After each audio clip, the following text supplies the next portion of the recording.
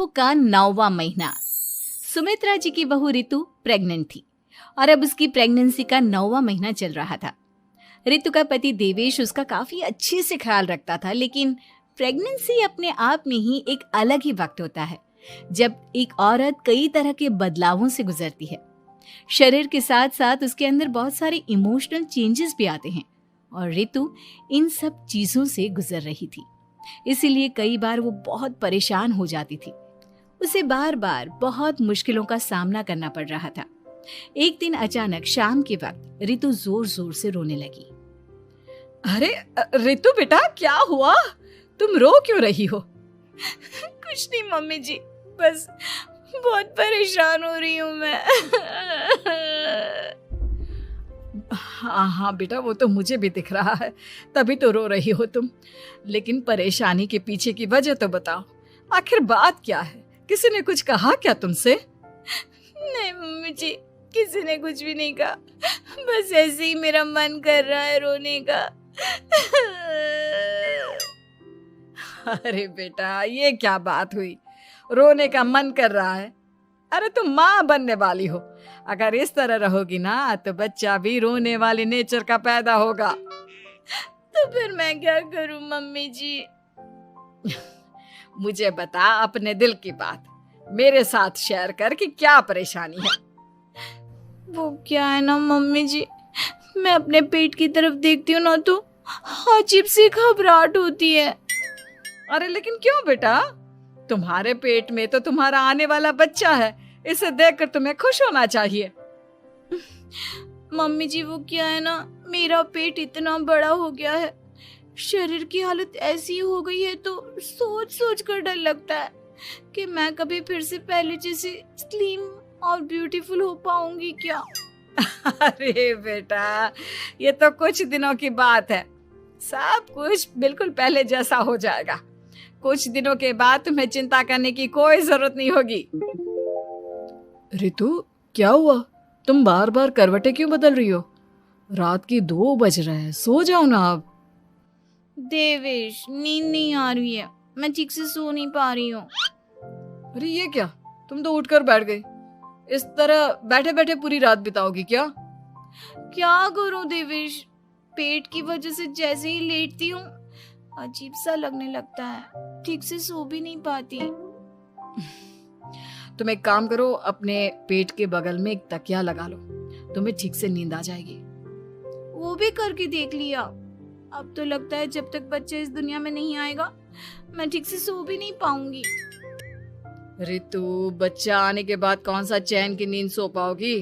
कम से कम अब तो आराम कर लो। तुम सो जाओ देवेश, मैं बैठे बैठे ही अपनी नींद निकाल लूंगी। और फिर कुछ दिन के बाद सुमित्रा जी के घर पर कुछ परिचित लोग मिलने के लिए आते हैं। मम्मी जी, आप उन लोगों के साथ बैठकर बातें करिए, मैं सबके लिए चाय बना देती हूँ। अरे नहीं नहीं बेटा, मैं कर लूंगी, अभी तुम्हारी तबीयत ठीक नहीं है ना, तुम आराम करो। अरे मम्मी, घर के छोटे मोटे काम तो मैं करती हूँ ना, चाय बनाने में कैसी प्रॉब्लम? अच्छा ठीक है, अगर कोई परेशानी नहीं है तो बना दो चाय। अरे ये क्या बात है सुमित्रा जी, आप तो दादी बनने वाली हैं। हाँ जी, बस ठीक ठाक तरीके से मेरा पोता या पोती इस दुनिया में आ जाए तो चैन हो जाए। सही कहती हैं बहन जी, एक औरत के लिए ये वक्त बहुत मुश्किल होता है। वैसे बहू की तबीयत तो ठीक है ना? हाँ हाँ, तबीयत तो ठीक है, बस ऐसे ही थोड़ी बहुत परेशानी है जो इस वक्त होती है, उसी से गुजर रही है। पहली बार माँ बन रही है ना, कभी कभी परेशान हो जाती है। सुमित्रा जी रिश्तेदारों से बात करती है और उन्हें काफी देर हो जाती है। रिश्तेदारों के जाने के बाद, अरे रितु बेटा, तुम अभी तक किचन में काम कर रही हो? मैंने तुम्हें मना किया था ना, इतनी देर खड़े रहने की क्या जरूरत थी? मम्मी जी, वो मुझे लगा रात के खाने में देर हो जाएगी, इसलिए मैं साफ उधर बिजी थी तो मैं खाना बनाने लग गई थी। अरे बेटा, तुम तो बिल्कुल कुछ भी नहीं समझती, जरा अपने पैरों की हालत तो देखो। हाँ मम्मी जी, मुझे भी ना पैरों में बहुत भारीपन लग रहा है। ये भारीपन नहीं है, ज्यादा देर खड़े रहने की वजह से तुम्हारे पैरों में सूजन आ गई है। अब कमरे में जाकर आराम करो, चलो। और सुनो, अपने पैरों के नीचे ना तकिया लगा लेना, सर के नीचे मत लगाना, ठीक है? अपने कमरे में जाने के बाद। यार ये प्रेगनेंसी भी कितनी अजीब चीज है, कभी रोने का मन करता है, कभी हंसने का।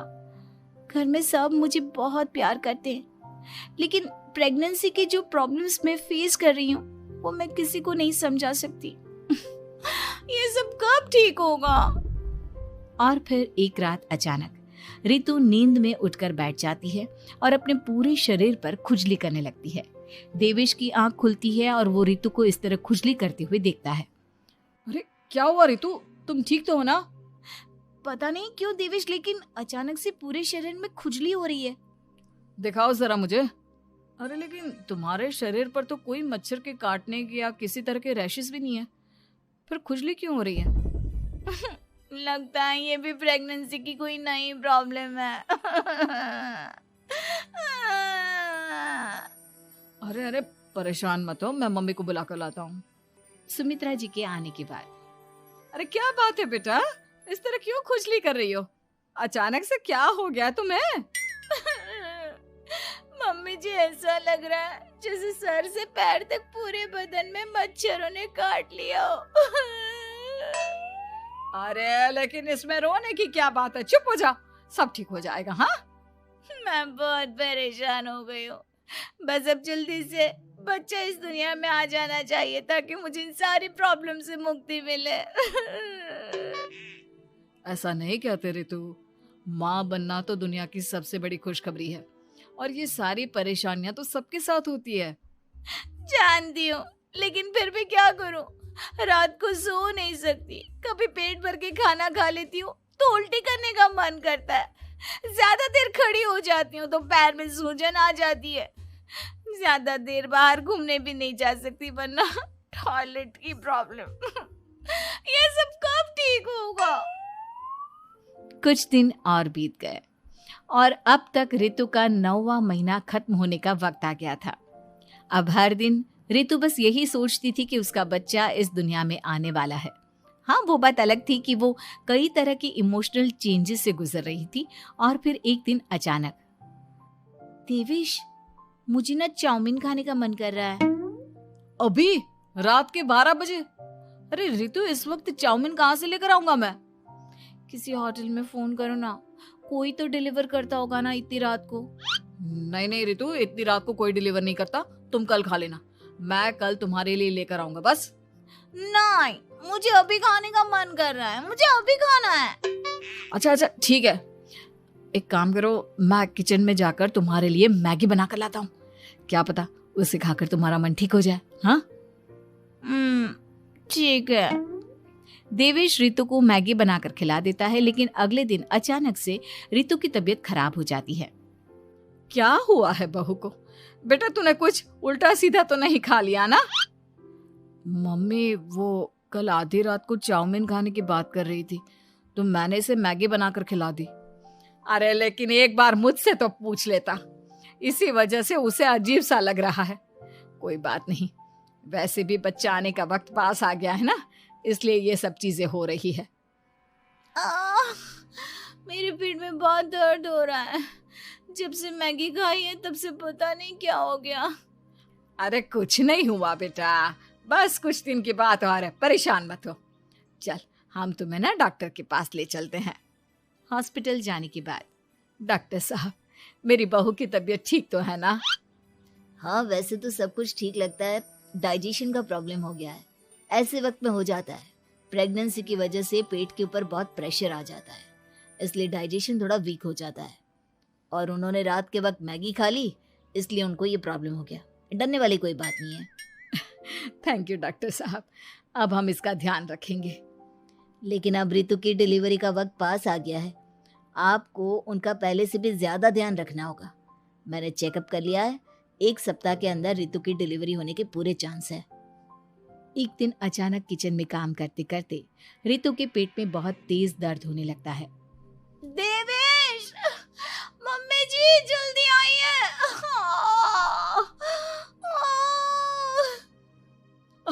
अरे क्या हुआ बहू, क्या हुआ तुम्हें? बहुत दर्द हो रहा है मम्मी, मेरे पेट में बहुत तेज दर्द हो रहा है, मुझसे खड़ा भी नहीं रहा जा रहा। इधर आ जाओ रितु, मैं तुम्हें बेड पर लिटा देता हूँ, सब ठीक हो जाएगा। बेटा, मुझे लगता है इसकी डिलीवरी का वक्त पास आ गया है। अब हमें रितु को हॉस्पिटल ले जाना होगा। वैसे भी डॉक्टर ने कहा था कि 1 सप्ताह के अंदर डिलीवरी कभी भी हो सकती है। मुझे बहुत दर्द हो रहा है, ऐसा लग रहा है जैसे मैं मर जाऊंगी। प्लीज मुझे बचा लो देवेश। अरे रितु, घबराओ मत, ऐसा कुछ नहीं होगा। हॉस्पिटल पहुंचने के बाद आप जल्दी से रितु को एडमिट करवा दीजिए और आप लोग बाहर वेट करिए। नहीं, मुझे बहुत दर्द हो रहा है। रितु, समझने की कोशिश करो, सब कुछ ठीक हो जाएगा। रितु को लेबर पेन शुरू हो गया था और वो काफी तकलीफ से गुजर रही थी। एक बच्चे को जन्म देते समय औरत जिस तकलीफ से गुजरती है उसे सिर्फ वही समझ सकती है। रितु की तकलीफ को देखकर देवेश भी काफी इमोशनल हो गया था। रितु को इस तरह चीखते देखकर उसे बहुत दुख हो रहा था, लेकिन आधे घंटे के बाद जब डॉक्टर अपने हाथ में रितु और देवेश की छोटी सी बच्ची को लेकर आया तो रितु के चेहरे पर स्माइल आ गई। रितु, ये देखो, तुम्हारी और मेरी नन्ही सी बेटी। ये तो एकदम परी की तरह दिखती है। दिखेगी क्यों नहीं, एकदम तुम पर गई है ना, इसलिए। लेकिन मम्मी, उसकी नाक तो मेरे जैसी है। अच्छा ठीक है, नाक तुम रख लो, बाकी सब मेरे जैसा। देखा रितु, तुमने कितनी तकलीफ सही, लेकिन उस तकलीफ के बदले तुम्हें भगवान ने ये छोटी सी परी दे दी।